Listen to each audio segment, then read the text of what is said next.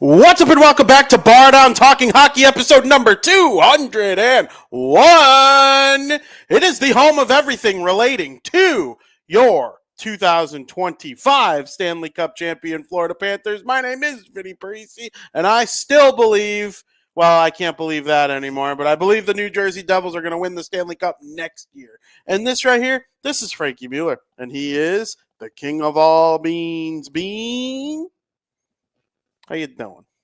Doing good. Sun shining. Different than yesterday. Big time. Devils can win it next year if they stay healthy. And add depth. Add depth. But, yeah, we're doing good. I like to see the sun shining. It's really been muggy weather lately.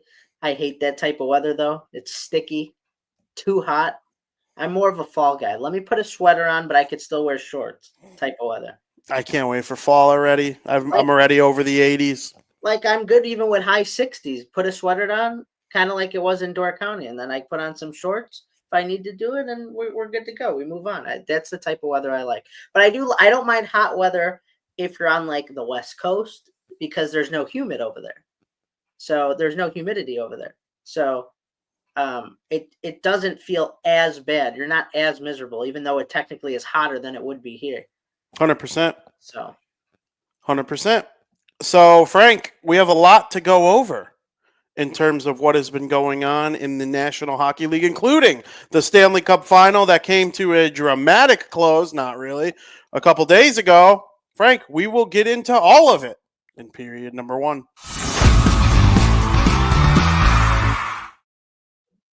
Welcome to period 1. Frank, for the second year in a row and second time in franchise history, the Florida Panthers are the Stanley Cup champions.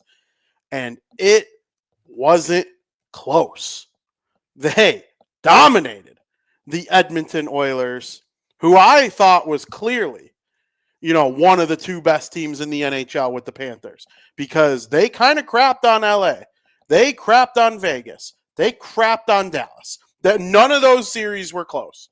We thought the Kings one might be at the start, and then it was just clearly, the Oilers took over at one point in that series, and they dominated the rest of the way.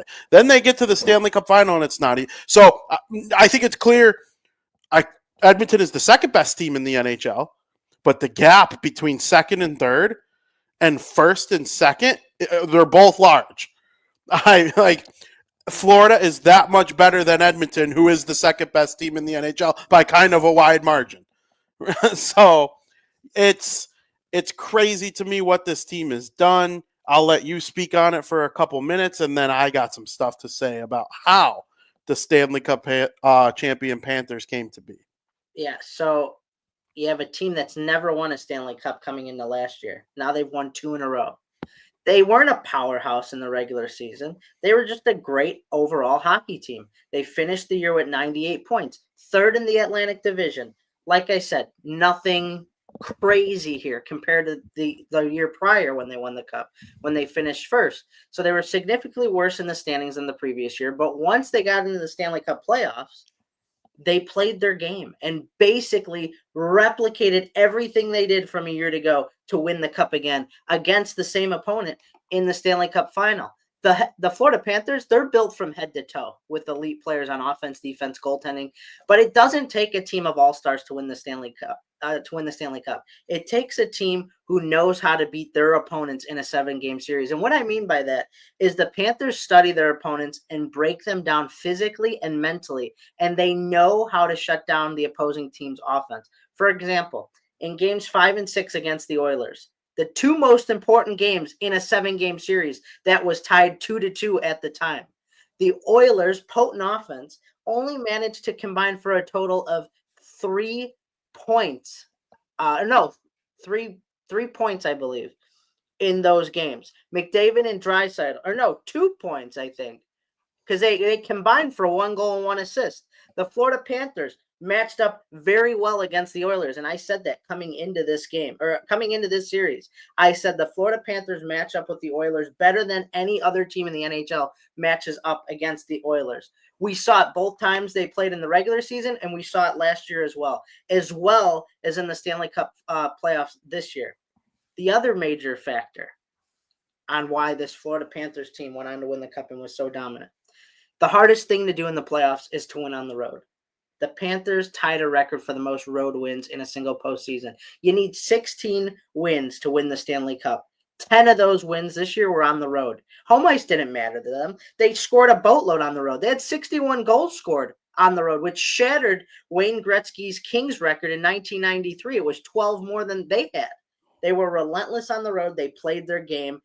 No matter when the going got tough and their back was against the wall, they found a way to win. And that's the game they like to play. They like playing when there's tons of pressure on them.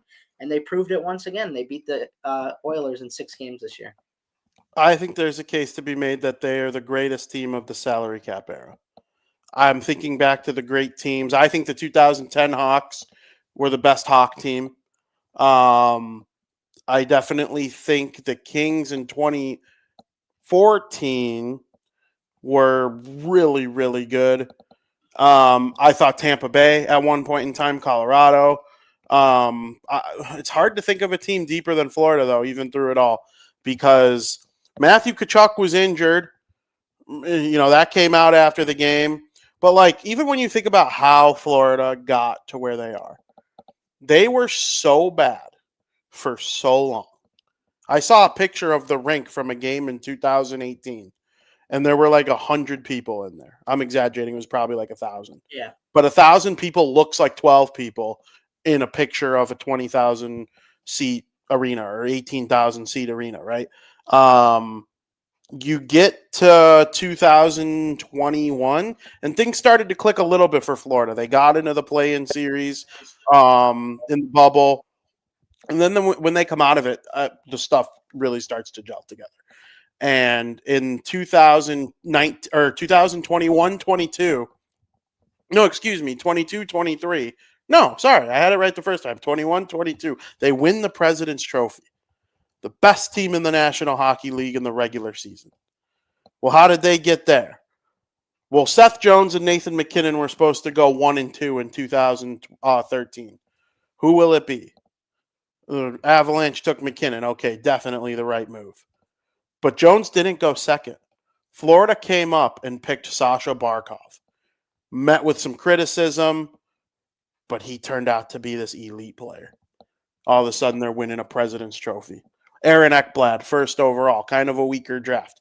Still, and Ekblad was like an offensive superstar as a junior player. He gets to the NHL. He has some offensive capabilities early. He won the Calder Trophy, but he really started to become a douchebag to play against and play hard on the forecheck and do all those things.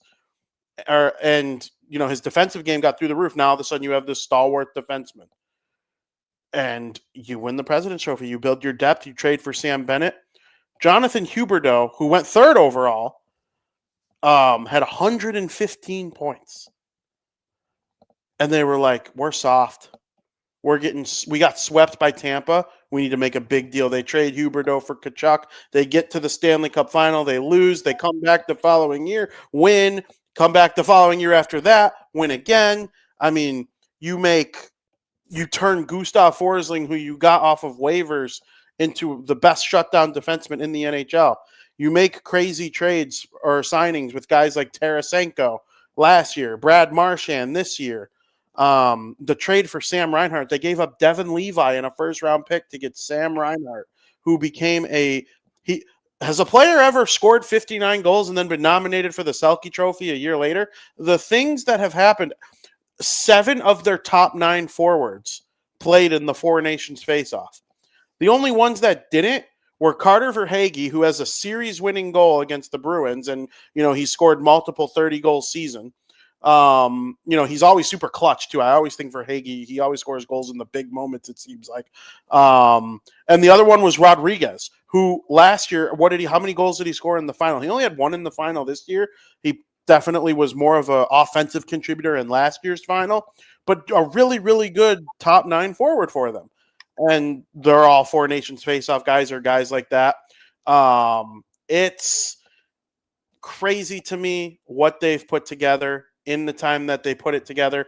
Only Barkov, Lundell, and Ekblad are the only players on the roster that were drafted by Florida, which is very unique as opposed to most teams, especially championship teams. I envy them, man. They were the best team in the NHL, and it wasn't close. And all those reasons I named over the last handful of years, the things that they've done to come into this series as the favorite.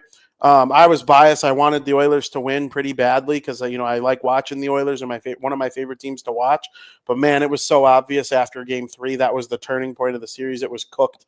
The two first games, Edmonton probably lost the best game they played in the series, the double overtime game. I think that was one of the most entertaining hockey games I ever watched. They did have to come back from down 3-1 in the first game. That's obviously not something you want to do, especially the Florida Panthers. They were down 3-0. Holy crap. They were down multiple goals in both of their wins in this series. Yeah. And it's awesome for Florida. I mean, talk about a place that you wouldn't see as a typical hockey market maybe 30 years ago, and now people love it there. They're taking this thing to the elbow room on the beach and frickin' having the time of their life. I mean, and they're not going to be bad anytime soon. Yeah, and just teams hate playing against them. Like Nosek said he hated playing against them, and it was so much more fun when you got to be a part of that type of team because they're just so exhausting. I would hate to play against them because their style of gameplay is so different than so many other teams. Did you notice Bettman get upset with Biz on his question about the Panthers? Yeah, oh yeah. The people in Florida. Bettman's wrong.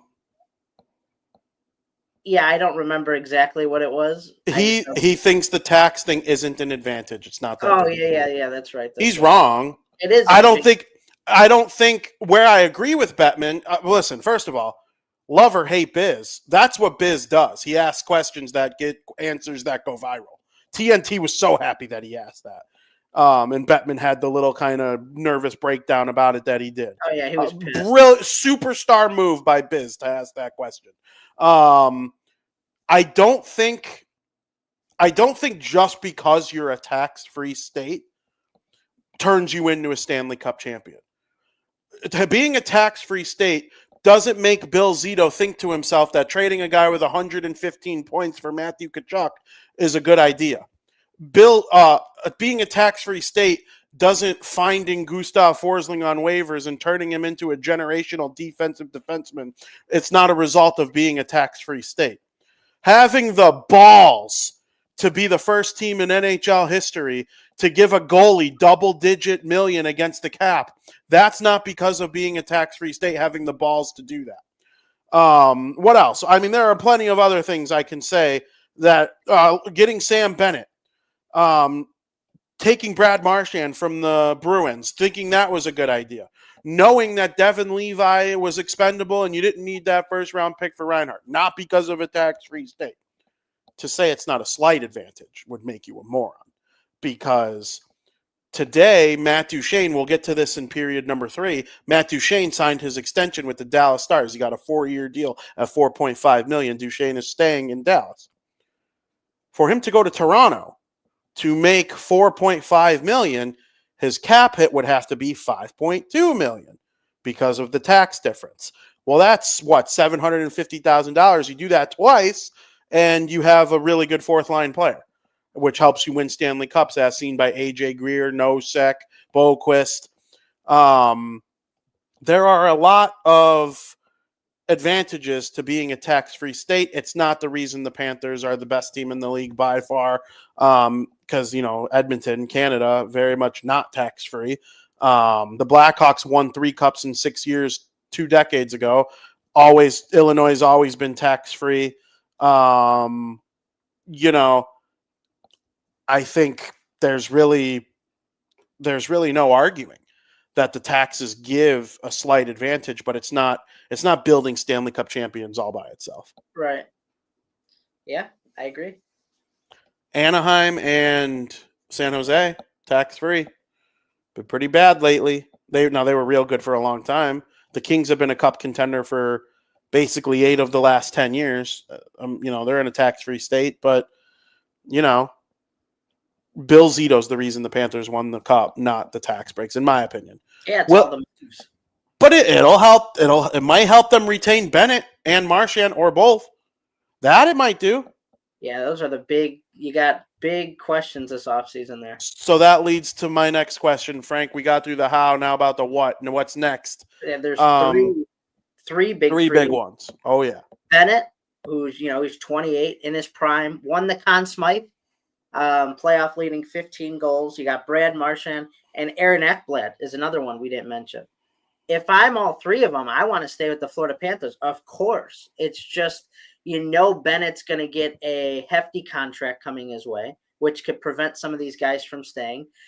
If I'm Marchand, I think you could get a cheap deal done with Marchand to come back for 2 more years. He's currently making a little more than $6 million, $6.125 million. Have him come back on a 2-year deal worth $4 million. I think he would do that. He's getting to the end of his career. Maybe $5 million. He's not going to make more than what he's making now. That could happen. He might have enjoyed his time here in Florida. So you got that. And you also have guys who are key pieces to the team. Nate Schmidt, Thomas Nosek, Nico Sturm, Vitek Vanacek. They're all going to need new contracts as well. These are key pieces to your team. But the Panthers are one of the most smartest off-season teams and can find replacements for them if need be. The main 3 guys are Bennett, Ekblad, and Marchand. You need to know what's going to happen in the offseason with them. They might be able to keep all 3. I don't know if they will. I do think Marchand will come back. Another question that people aren't talking about right now, Sergei Bobrovsky enters his final year of his contract. After his contract is over and we're going into 2 seasons from now, after this year, he's going to be 38 years of age. So the Panthers have to start thinking about life after Bob. Are we going to give Bob another contract at 38 years? Will he stay with Florida now that he's won multiple cups? Or is he going to hang up the skates? You don't want to do something like that last minute. And I don't think Vitek Vanacek will be the goalie of the future once Bob's out of there. So that's something the Florida Panthers have to think of as well moving forward. And one thing I didn't touch on, I didn't even mention his name once. They have Seth Jones now going forward too, who was outstanding in the playoffs. He led their team in ice time. He was the defenseman that was on Columbus when they were good. I mean, Blackhawk fans were wrong. He was, and someone said on Spit and Chicklets, like one of the executives that they had on, it might have been Don Sweeney. I don't remember who it was. Never judge a good defenseman on a bad team. And that's exactly what happened to Seth Jones. He was awesome in a Florida Panthers jersey. He's not the guy there. He's one of the guys. And when he's one of the guys, he is the guy, right? Like in a lot of ways, because he's better offensively than Forsling, even though I think Forsling's better defensively. But I wouldn't go barely, but he's better than him defensively. And then Ekblad, probably more like a Jones, pretty 50-50. E2 Luosterainen was outstanding. A lot of great moves for the Florida Panthers, but I really think the trade for Jones needs to be mentioned as well because, when thinking about stuff that they have to do this offseason with Ekblad, well, if they lose Ekblad, at least they do have Jones, Mikkola, Forsling.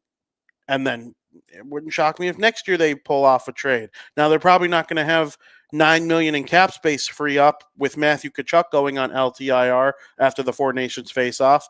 But, I mean, I don't really see a world where they're like any worse next year. Because even without Bennett or Marchand, I think they keep both.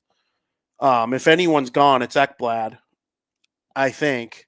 I could be way off. That's not inside information. That's my guess. But I just don't see a world where they're not elite again next year. Like, could three-peat. It's only happened twice in the expansion era. Yeah, I mean, I wouldn't bet on it, but I wouldn't have bet on them this year. Yeah, and that would be making it to the Cup for 4 straight years. Yeah. When was the last time that happened? Was it the Islanders? Maybe 4 years in a row in the Cup, win or lose. Yeah, I don't even know. Did you hear, which this kind of blew my mind a little bit. Forsling and Reinhart broke the NHL record in the last game, clinching Game 6. They broke the NHL record for games played in a 3-year span. Really? I didn't hear that. Isn't that nuts? And you make it to the Cup final 3 years in a row, and that'll happen to you if you play every game, if you're sturdy during the regular season. Good for them, man. I think they're going to be so good for so long. Cups are not, going forward. Last thing on the Panthers, what do you consider a dynasty? Listen, I heard Matthew Tkachuk's comment about how they're a dynasty. I disagree. Maybe people agree more than I do, but you're not a dynasty yet. If they win 3 in a row, they're a dynasty in my eyes. 2 wins in a row with a third Stanley Cup final appearance, President's Trophy in there. To me, you're not a dynasty. I don't have an exact definition for you on what I think is a dynasty because I think it changes with the modern era, right? I think the Hawks were a modern day dynasty, 3 in 6 years. And I'm non-biasly. I think you need at least 3 Stanley Cups in there. Well, it doesn't take anything away from anyone if you're saying they're not a dynasty. Jay Grizz says, 3 in a row. It is a definition of a dynasty. If they get the third, absolutely a dynasty. Right now, I disagree with Matthew Tkachuk. 3 cup wins. Yeah, I feel like that's most what people think. You need at least 3 in there. I don't need 3 in a row. I need 3 in a very, very short amount of time. The Hawks are on the cusp. They're on the lower end of a dynasty because it was 3 and 6 instead of 3 and 5 or 3 and 4 or 3 in a row.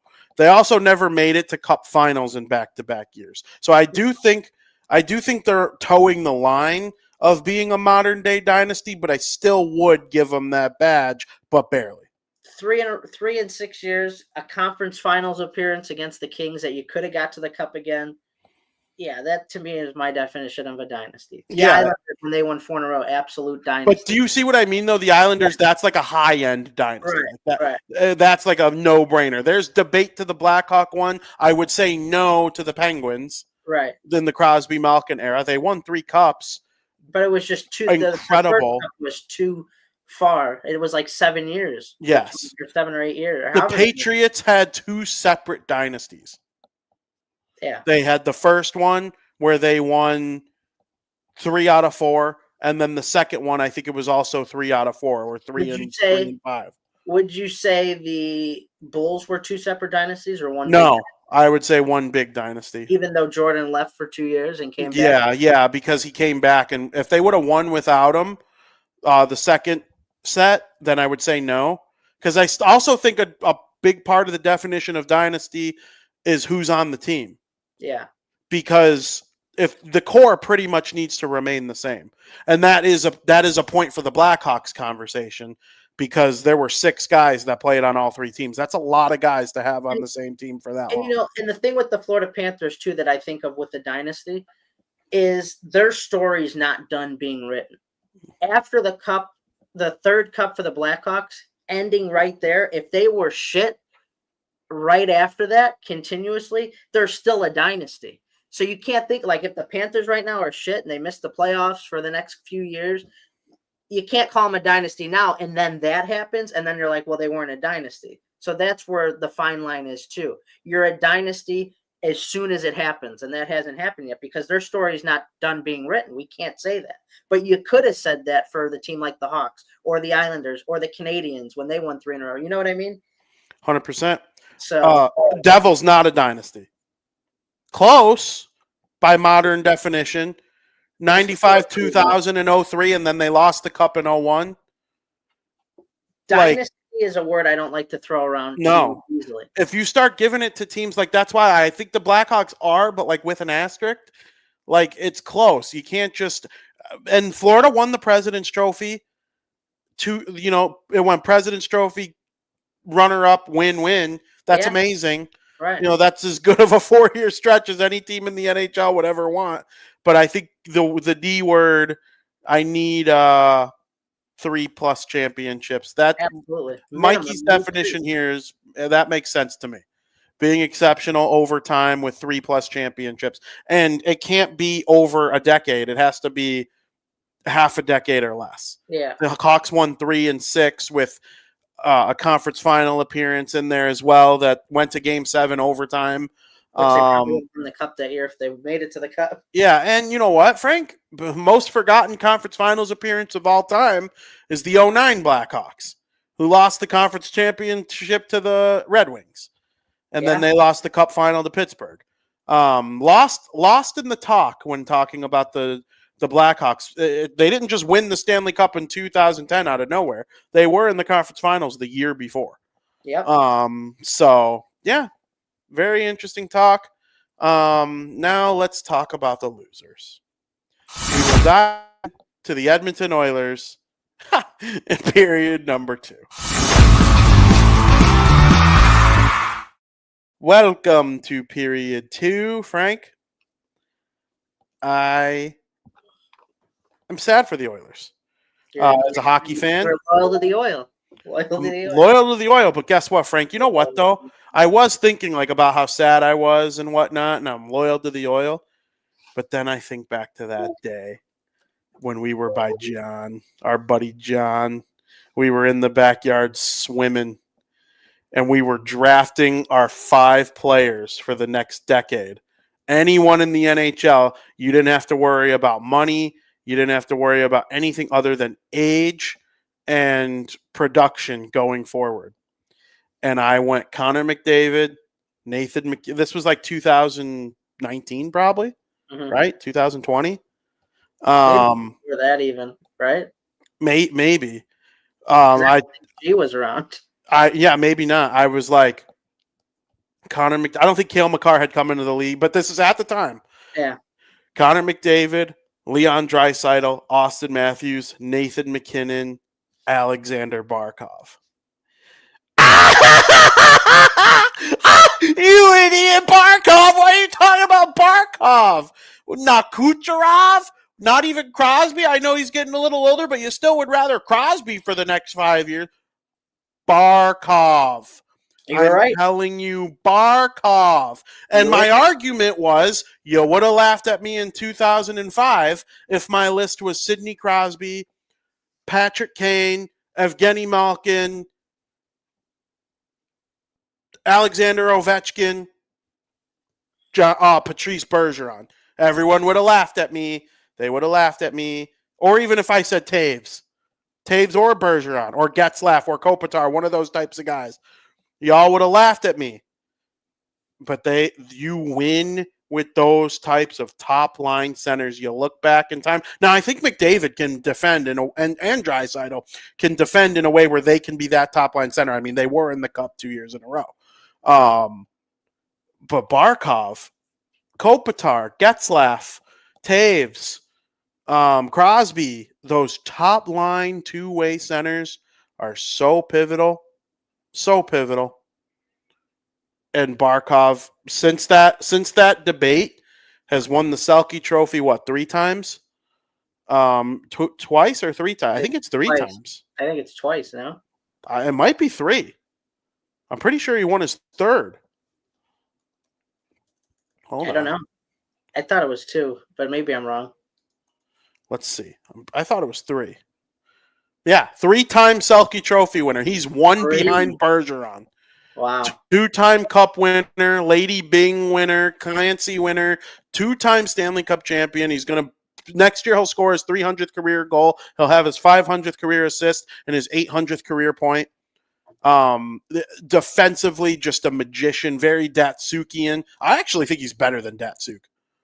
It's hard to argue. I heard someone debating him versus Taves. Oh, damn. Datsuk had better hands. Datsuk had better hands than everyone. Yeah. And he used them defensively, too, which was kind of where he got the term magician from, because he would, steal it from you. It would be on your stick, and then it'd be on his. It was like magic. Mm-hmm. But Barkov, man. Whoo! And this is how I start talking about the Oilers, because Barkov and Forsling did a very good job of shutting down Connor McDavid and Leon Draisaitl. You don't fully stop them, those weirdos, those aliens, McDavid and Draisaitl. You can only hope to contain them. And I think for the most part, along with Edmonton's play style and the way they played the game, those combined, very, very much a tip of the cap to the Panthers. But man, what happened to the Oilers we saw from their perspective? Now, we know how you feel about from Florida's perspective, what they did to shut them down. But as far as Edmonton, like, what was going on there? Well, they part of the reason was due to the Florida Panthers. McDavid and Draisaitl, like you said, they can't be shut down completely, but they were in this series by the same team, something we've seen over and over again countless times. This is back-to-back elimination games in Game 7 this year, or in Game 7 last year, and in Game 6 this year, where the leader in playoff points, Connor McDavid, failed to register a single point in an elimination game. And I'm not blaming Connor McDavid by any means for their loss. That's not where I'm going with. I'm just stating the facts that he's failed to score in an elimination game, being the playoff leader in points 2 years in a row. After Game 4, go ahead. There was only one elimination game for Connor this year. No, the elimination game, I'm saying. The game they were eliminated in. Yeah. He failed to score. Game 7 last year when they got eliminated, and Game 6 this year. The game they got eliminated, he failed to register a single point. Nuts. It's nuts.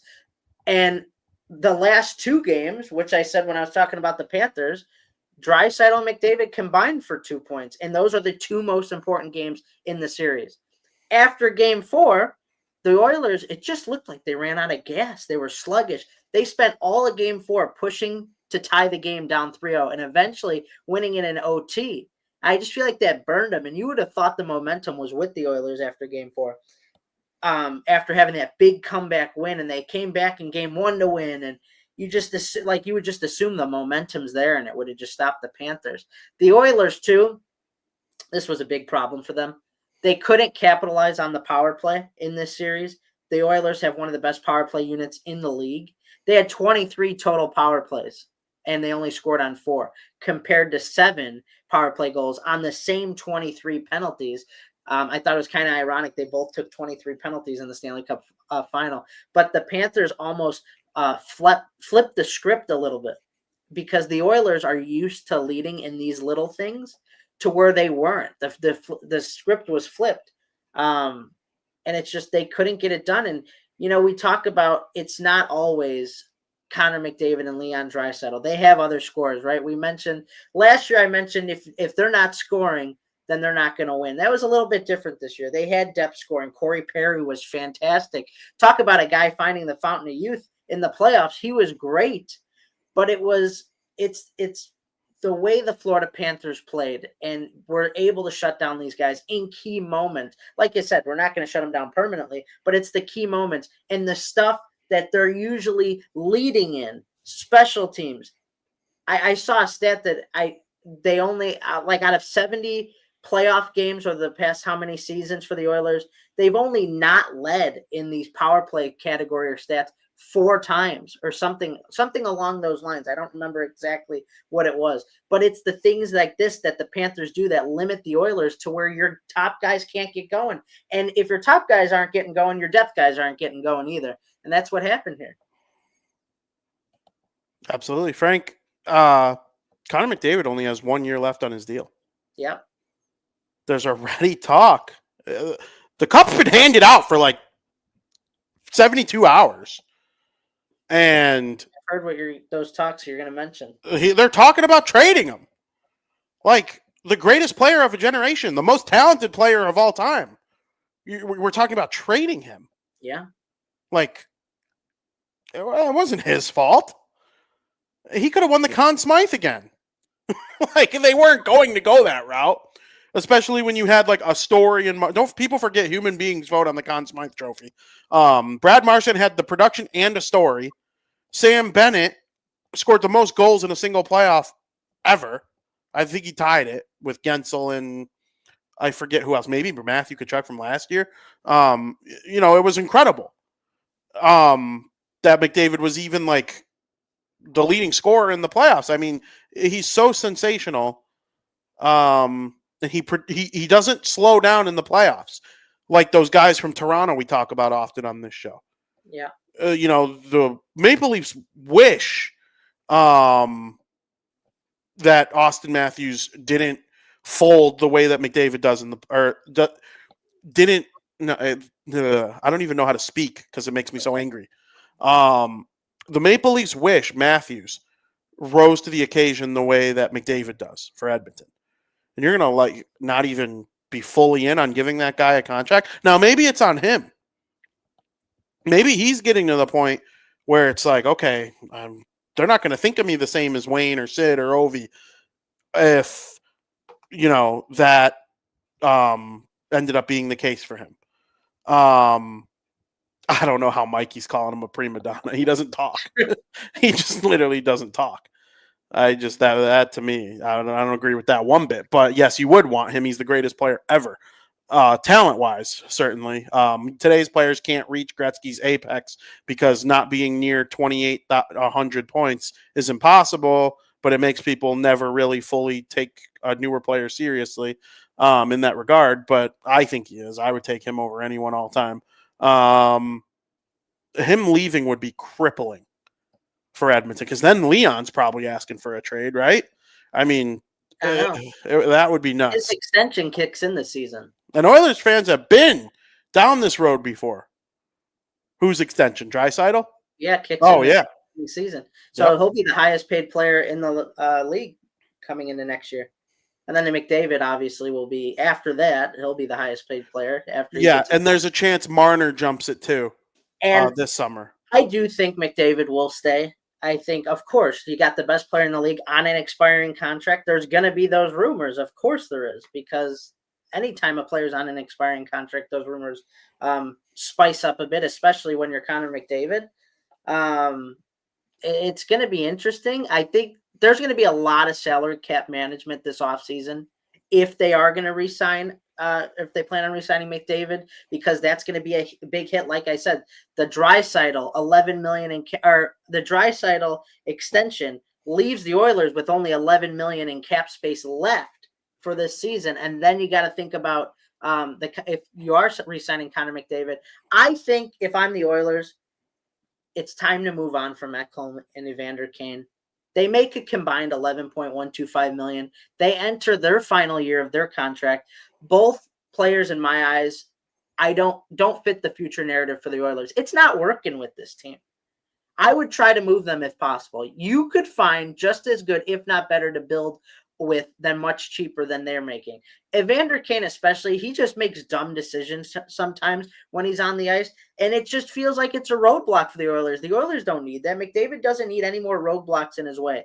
Free up the cap space. You got to do something. You made it to the Cup 2 years in a row, but you're losing. So you got to do something, and I do think it's the smaller things with these guys. Ekholm, what does he make, $5 million? Is he worth the $5 million? What do you have? One goal this postseason? I don't know if he's worth the money. I think you can move on and get something better for less. And something else too. Speaking of salary cap, while I'm just on a rant here, Stuart Skinner and Calvin Pickard have 1 year left on their contracts as well, and they make a combined $3.6 million. Great price on both those goalies. You got two goaltenders worth the $3.6 million. I'm not a Stuart Skinner guy, but he's going to get paid significantly more in his next contract. These won't be the Panthers' two goalies beyond the upcoming season, I don't think, because one of them is gone, and I think you shop Skinner around and try to upgrade. He's not going to be worth a major salary cap hit when you're going to have that Draisaitl and potentially McDavid contract, unless you're freeing up room. I don't think he's going to be worth the upgrade on this team, so I would shop him around, to be honest with you. Yeah, I've been a Skinner defender, but not because I think he's this all-world goalie. I just don't. My logic is always, okay, who do you expect them to go get that's better? And to tell me that they couldn't win when he was in Game 7 1 year, they lost in Game 6 this year, the team was worse, I think, or the Panthers might have just been better. I think probably the Panthers were better. Skinner, I thought Skinner played horrible in Game 6. That's one game. I'm not changing my entire narrative because he was horrible in that one goal. I think it was the second goal, or it might even been the first goal that Florida scored. It was Reinhart's first goal. The freaking Skinner, you can't catch that? That was thrown on net 30 miles an hour. I legitimately believe I would have caught it. I know I would have caught it. Like, you can't let that bounce right in front of you and then be put on a pan. He had a bad game, and Skinner is better than Pickard, if not for any other reason that he goes behind the net and plays the puck. Pickard does not do that, and it made Florida's forecheck in Game 5 so easy when they took a 3-2 series lead in Edmonton. They were able to do whatever they wanted in the offensive zone because Pickard never came out to play the puck. At least Skinner does that. Blackhawk fans are going to see Spencer Knight do that a lot. He's very good at it, too. I saw every game Spencer Knight played in a Blackhawks uniform this year, every home game in person. That dude is unbelievable playing the puck. So Blackhawk fans, be excited about that. But Skinner, man, we'll see if they upgrade with him.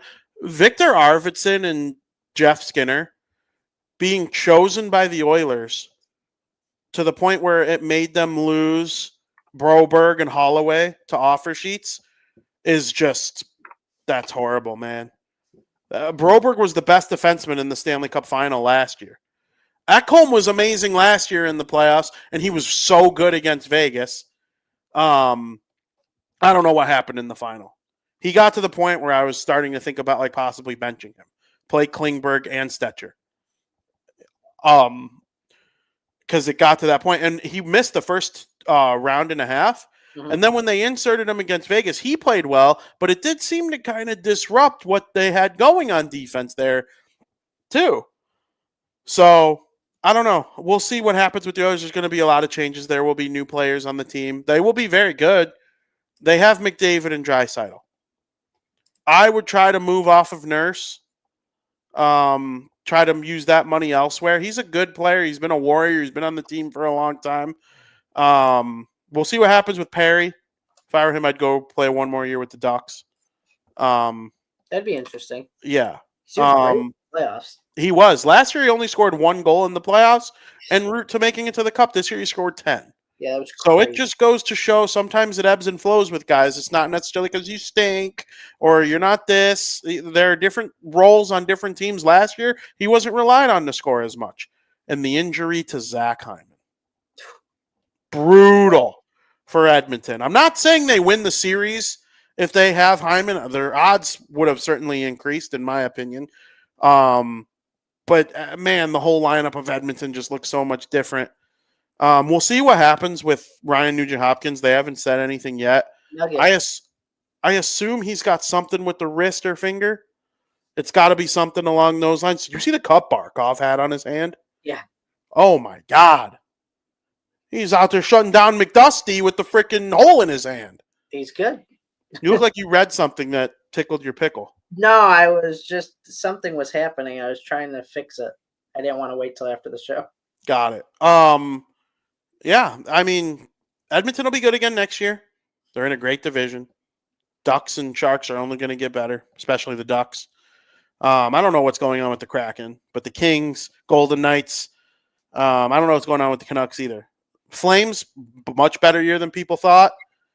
Yeah. It's going to be tough. Flames, they need something going on there. Yeah, but, I mean, the Oilers, we'll see. We'll see how the offseason goes for them. But, Frank, we're going to get to some news and notes from around the National Hockey League. Period number 3. It's not delivery. It's Donato. Ryan Donato, 4 years, $4 million. Frank, what are your thoughts? I'm really excited. I like this deal. 4x4, in my opinion, for the Blackhawks is a steal for Ryan Donato. I'm a Donato guy. His numbers are a little inflated, 31 goals, 31 assists last year. But it's because you're one of the top talent on a bad team. If Ryan Donato went to any one of this year's playoff teams, he's not going to have 31 goals, but you work with what you're given. So, good for him. Will Ryan Donato be a constant, 15 to 20 goal scorer, 40-point guy for the rest of his career? Yeah, I think he will. Which, if that ends up being the case, the $4 million to me is worth it. And if he produces more on a team like the Hawks, then you're getting him for a steal, because I do the 10x10, the 10 points per million. So I think that would be a steal for them. So you're getting more bang for your buck on this contract, I think, because of the team he's on. Donato has proven chemistry with this young core of Blackhawks players. So, in my opinion, great contract, great deal to get done. I'm someone who thinks like, the Blackhawks need 12 people to dress every night next year. Like right now on defense, they have more than enough.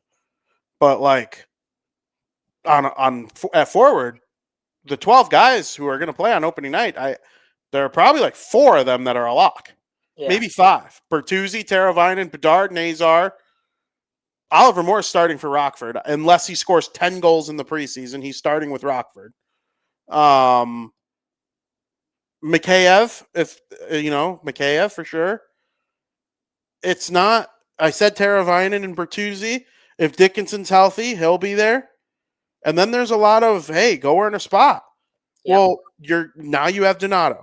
And I saw a lot of people talking about Veleno as a buyout candidate, and I'm going to mention him in my buyout piece that I have publishing on the Hockey News in 5 minutes after this show ends. But I wouldn't buy out Veleno. He's a good fourth-line center that they could have next year. And it wouldn't save them that much money. And like I said, they need people to play hockey next year. Whether they want to be a McKenna team or not, there needs to be people to play. So we'll see.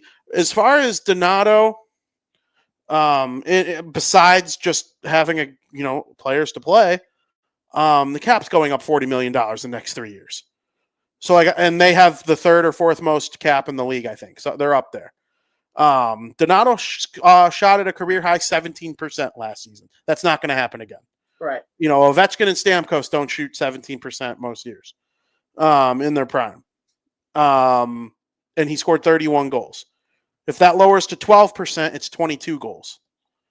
A career year shooting that high a career year at 28 years old with that high of a shooting percentage screams he's not doing it again. Could he do it again? That'd be sick. I will not feel dumb if he does it again because I obviously think anything's possible. Maybe he shoots more next year, scores 30, but his shooting percentage is 15% because he shot more.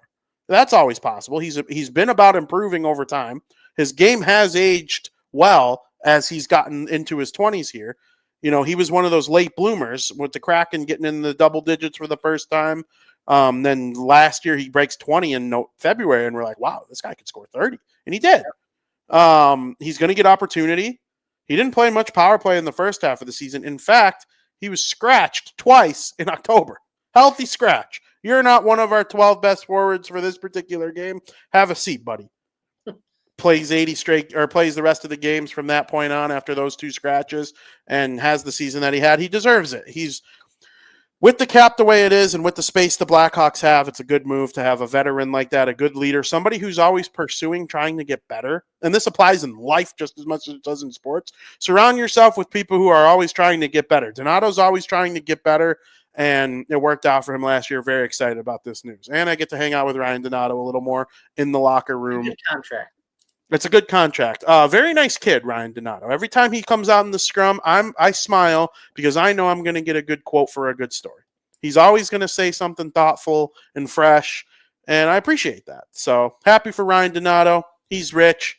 He'll be a good player for the Blackhawks. Frank, New Jersey Devils traded Eric Haula to the Nashville Predators. It will be his second stint with the Nashville Predators. Devils get a young prospect defenseman, kind of lower on the food chain, and a 4th-round pick, which is the main point of return for Haula, in addition to the cap space that he will leave behind. Thoughts? Yeah, free up some space for the Devils. Predators add a bit of depth, which could prove to be a good move for the Predators if they can't, if they have a turnaround season, which I think is very, very possible.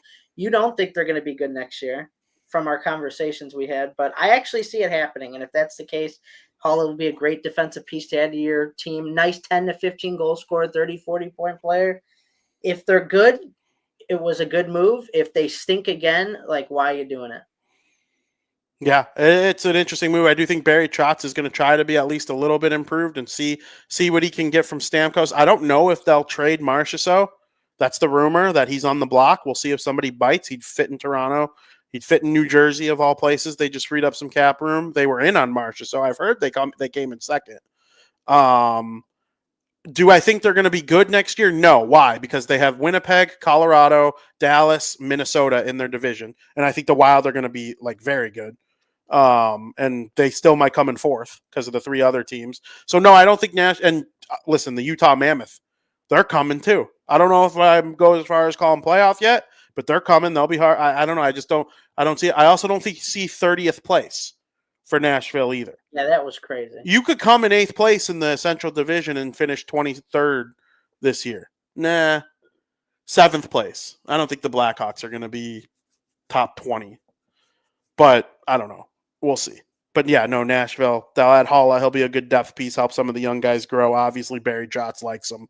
So, Evgeny Malkin was reported to. He will not be returning to the Pittsburgh Penguins following this upcoming season. He has not declared his retirement. It is just simply that he will not play for the Penguins beyond this next year. Thoughts? Yeah, his days with the Penguins are coming to an end. I mean, the run for an elite Penguins team is over, and the Penguins are going to go through what the Blackhawks had to go through with Kane and Taves. You're going to soon here lose Crosby, Malkin, Letang. I mean, your elite Stanley Cup champions are getting old, and it's time to move on to a much younger era of the Pittsburgh Penguins. They haven't been good, so it makes sense. I get the reason why. There's not much left to be said. They're just an aging franchise that's trying to get younger, but they haven't made the move yet. So I'm not surprised by this news. Evgeny Malkin, all-time great player. I think he's a top 20 player of all time. 514 goals, 832 assists, 1,346 points in 1,213 games played. 3-time Stanley Cup champion, winner of the Conn Smythe Trophy, the Calder Trophy, 2-time Art Ross Trophy winner as the league scoring leader, and 1-time winner of the Hart Trophy as the league's MVP. Truly one of the greatest hockey players of all time. Gino. I do believe I've heard through some people I know that this is going to be his last season. He will retire after this season. It's not confirmed. I'm not reporting it. It's just something I've heard. I'm not running with it. He's been a truly, truly great player. I hope he finds a way to stick around in hockey in some way, shape, or form, whether it be coaching in Russia or coming to the U.S. and being an assistant coach or maybe something in management. I don't know. I really like Evgeny Malkin. We don't have any Russian coaches in the NHL. I wonder if that'll happen at some point in time. Being an assistant somewhere. Huh? I could see him being an assistant somewhere. 100%. Absolutely. I mean, getting non-Canadian USA coaches in the NHL is difficult. Sorensen was the first Swedish head coach in NHL history. Like that's saying something. I we'll see if these new generation can kind of buck a trend or anything. But I mean, for Gino, man, what a run it's been. He got better. We're seeing it in the league now with Draisaitl. Best player in the league on a team, second best player on the same team. It's kind of weird that it's happened 2 generations in a row. But Draisaitl gets better when McDavid's hurt. Yeah. He won the Hart Trophy in a year McDavid missed the last 20 games of the season. Mm-hmm. That was the same thing with Crosby. Malkin won the Hart Trophy the year Sid missed. Yep. And they got to the playoffs. He won the Conn Smythe Trophy, the one Stanley Cup where Sid was a little banged up. I mean, this guy, if it weren't for Crosby, he would have been the best player in the NHL for about 8 years. I mean, Evgeny Malkin, people always forget to mention him too when I feel like when they're naming the best players from the Crosby era, you know, Crosby, you can argue you would take Malkin over Ovechkin over the 10-year period. Ovechkin was more exciting. He's the greatest goal scorer of all time. But I think if I'm trying to build a team to win, I would take Evgeny Malkin over anyone. Patrick Kane, Claude Giroux, Steven Stamkos. I'm taking Malkin over any of them besides Crosby from that era. So and it's going to be hard for Penguins fans. Oh, you know, big time. It's listen, I dealt with it. With Taves and Kane was hard for me. Yep. It's just the Penguins need to make a move because they're not good. And they're not going to be good this upcoming year. I wonder if he would waive a no-trade clause. And get traded at the deadline? To a really good team. He had 50 points last year. You know, 50 points at 38 years old. You're no joke. You're no joke at 50 points. Hell no. Question. You can never say Imagine if the Minnesota Wild are a game out of first place or 2 points out of first place in the Central next year. They have some cap room. They put Kirill Kaprizov with Evgeny Malkin on their second line or first line. I mean, dude. And then you're running Malkin, Joel Eriksson Ek, Matt Boldy down your middle. Dude. Hell yeah. Yep. It's definitely possible. You can't wave anything out. 100%. No. 100%. Chris Kreider was traded from the New York Rangers to the Anaheim Ducks. That is now 2 Rangers expensive players who were stalwarts for a long time that made their way over to the Ducks, joining Jacob Trouba. He will be on Joel Quenneville's youthful Anaheim Ducks team. What are your thoughts? You know, Kreider sees the potential with the Ducks. You got Coach Q coming in to take over, a bunch of young talent ready to take it to the next step. There's no secret why Kreider would want to join the Ducks. A consistent goal scorer, savvy vet, ready to bring a winning culture to Anaheim once again. If I was a Ducks fan, I'd be doing backflips over this trade. Me too. I also like it for the Rangers. You clear up the cap space. They're probably looking to make a big move. He wasn't very good for them. He was a healthy scratch at one point throughout the 2024-25 season. I like to trade for both teams because he'll have a veteran presence. He's good friends with Zegras. We'll see how that goes. Something fun is building in Anaheim. I do wonder. It seems like. I do wonder if there's a surprise playoff miss from a Pacific Division team next year, whether it be LA, Edmonton, Vegas, or I'm forgetting a big one. No, I'm not. Edmonton, Vegas, LA, Calgary just missed. Yeah. I wonder if there will be a surprise miss next year from either Edmonton, Vegas, or because Vegas, something's weird with Vegas. They're just always good out. I know. And I would feel like a complete idiot saying they missed playoffs and then they win the cup. I was going to say they won the division. Yeah, 100%. And I'm not going to miss. I'm not picking them. Just something feels weird about what's going. Are they going to let Stone go? What's going on with Riley Smith? Where's Jack Eichel going to play? Who's he going to play with? Pietrangelo and Theodore weren't good in the playoffs against the Wild or the Oilers. That Wild series was fishy. I know they ended up winning it, but it was fishy. There was a moment there where you were like, Wild going to do this? Yeah, I don't know. And then Edmonton, we'll see what happens as they come back from the cup. So, reports out of Toronto are that Mitch Marner is gone. He will leave in free agency. Your reaction? Yeah, it's going to happen. He's going to end up with the playoff contender, I would think. I heard rumors, speaking of Vegas, that it's potential to go to Vegas to play. Change needs to happen in Toronto. It doesn't look like he's motivated with the Maple Leafs on the ice based on his on-the-ice actions. It's just time for a shakeup. I'm assuming, I don't know if he's come out and said, he probably hasn't. I'm assuming he's not happy there. Like I said, he's not motivated, and you're just not winning. You've gotten to the second round twice with this core, and it's just nothing's clicking with the Maple Leafs. I mean, why are we going to continue to run it back over and over again if it's just going to be the same shit day in, day out? So I don't blame him. He's gone. I heard Vegas potentially is like a strong possibility for him. So if that happens, I wouldn't be surprised because Vegas just, like I said, Vegas is just one of those teams who will just stay good, get players who want to come there, and that's just the story. I think Vegas and LA are the favorites. I would keep an eye on the Mammoth. The Utah Hockey Club will try their damnedest, and they can afford them, and their owner wants to make a huge move. He wants to make a huge move. Like, wouldn't shock me if he finds a way to get Marner to agree to a deal before the draft and they trade the 4th overall pick to Toronto for his rights. Like that, I think that'd be dumb at this point because you could just use your 4th overall pick and then sign him.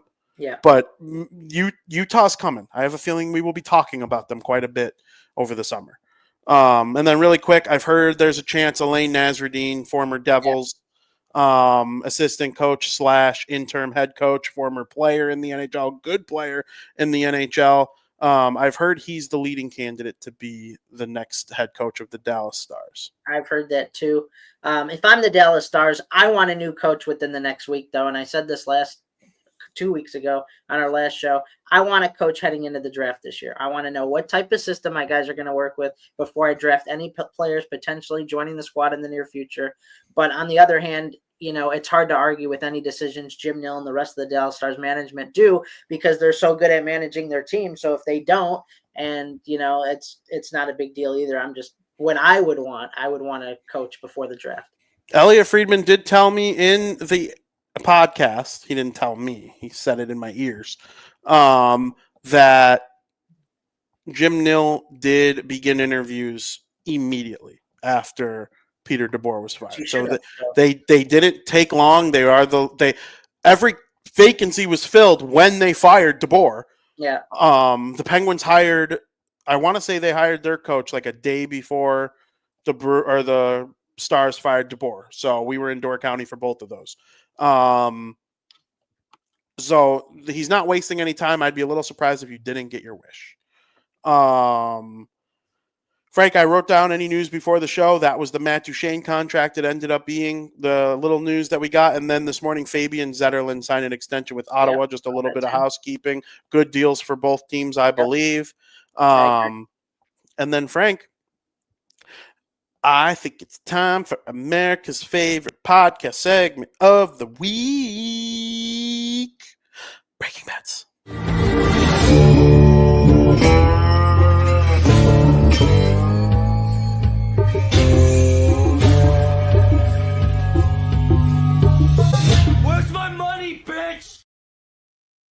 What up, Breaking Bets in the building! Frank, the time for talk is over. The floor is yours. So, heading into this Breaking Bet segment, future picks on here have gone, we're 3-0 on futures picks with the Florida Panthers winning the Stanley Cup. So, 3-0 on future picks. Maybe this is a future picks type of show, but for this week, I feel like it's only fitting with the NHL season coming to the end and the NBA season coming to the end. We're going to focus on one pick for the NBA Finals tonight. The NBA Championship may be awarded tonight. Thunder at Pacers. This is a weird bet, but I feel like it's the right decision here. I think the Thunder are going to win the series, and they could easily even win this game with ease. Who knows? They could win by 20, and I wouldn't be surprised. However, the Pacers have proved the last 2 months that this is a team that you just can never count out. Win or lose, this will go down as one of the most unforgettable seasons for the Indiana Pacers. And they are 2 games away from winning their first ever NBA championship. Tyrese Halliburton's coming off one of his worst ever playoff performances. 0 for 6 from the field, 0 for 4 from 3, 4 points total from him in the game. Halliburton's going to make sure that if his season comes to an end, he's going to go out on a high note.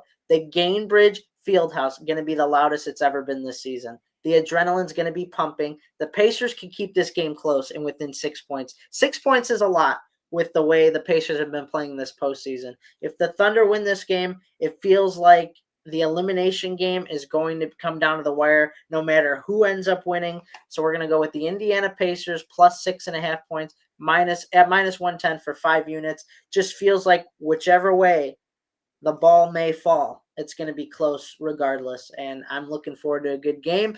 Will the Pacers force Game 7? I don't know. We'll see. We shall see. Frank, great show. Love talking Stanley Cup Final. Next week, we'll be on to break down what we think is going to happen in the 2025 NHL draft. It will be a draft show preview. I'm very, very excited. I will be at Recess in Chicago celebrating the draft party with the Chicago Blackhawks, seeing who they take 3rd overall, and then they have another first-round pick. And then they have 2 first-round picks next year. That's pretty cool. Seth Jones. Florida might not even be that good next year. Maybe they won't. Maybe they'll lose Marchand and Bennett and Ekblad, and they'll have a big injury and come in like 15th place in the NHL. That'd be sick for the Hawks from that perspective. You never know. It's always possible when you trade a pick that far down the line, but they won the Stanley Cup, so they won't cry. Twice. But exactly. Very excited for that. We'll have a lot of draft talk with you. I got my big board just about ready to go. At least my top 10 is pretty much set. Kind of have a hot take about the draft. You'll have to tune in next week to find out. For Frank, at the King Bean on Twitter. For me, I'm at Vinny Parisi on Twitter and Threads. I've been posting on Threads a lot lately. It's fun. I'm getting a lot of good engagement on there, more than I thought. Follow me on Threads too, Instagram's social media platform. And as always, there's no hockey to watch, so I don't know what the hell I'm doing. What am I doing now? What are the White Sox, like 23-50? Like I'm not gonna lock it. I'll watch. They're my favorite team. I'm gonna lock it into them. I'm rooting for Frankie's Mariners over to hit. That's possible, right? It's still possible. Oh yeah, but they've been bad. They don't need to win. They don't need to win the division or anything, though. 84 wins, right? 83, 84, something like that. They can do. They can be bad and still do that. Cubs, though. The Cubs have been great. Cubs are so good. They win all sorts of games too. 500, yep, 6.5 game lead on the division. The game yesterday got rained out. Looking forward to today's game. I don't know what time it is. What time is it? 1:20. I think they're about to start right now. They start at 1:20 every day. So there we go. Yep, there you go. I'll throw them on. They're fun to watch, man. But I mean, with my favorite team, I basically just like, is it October? Yeah, Bears training camp. I can't wait for that. They're gonna suck. People keep picking them to make playoffs. They're delusional. But yeah, we'll see. I hope everybody enjoyed the show. As always, that Frank Nazar jersey's so sick. He's going to be their second leading scorer next year. Thank you for listening.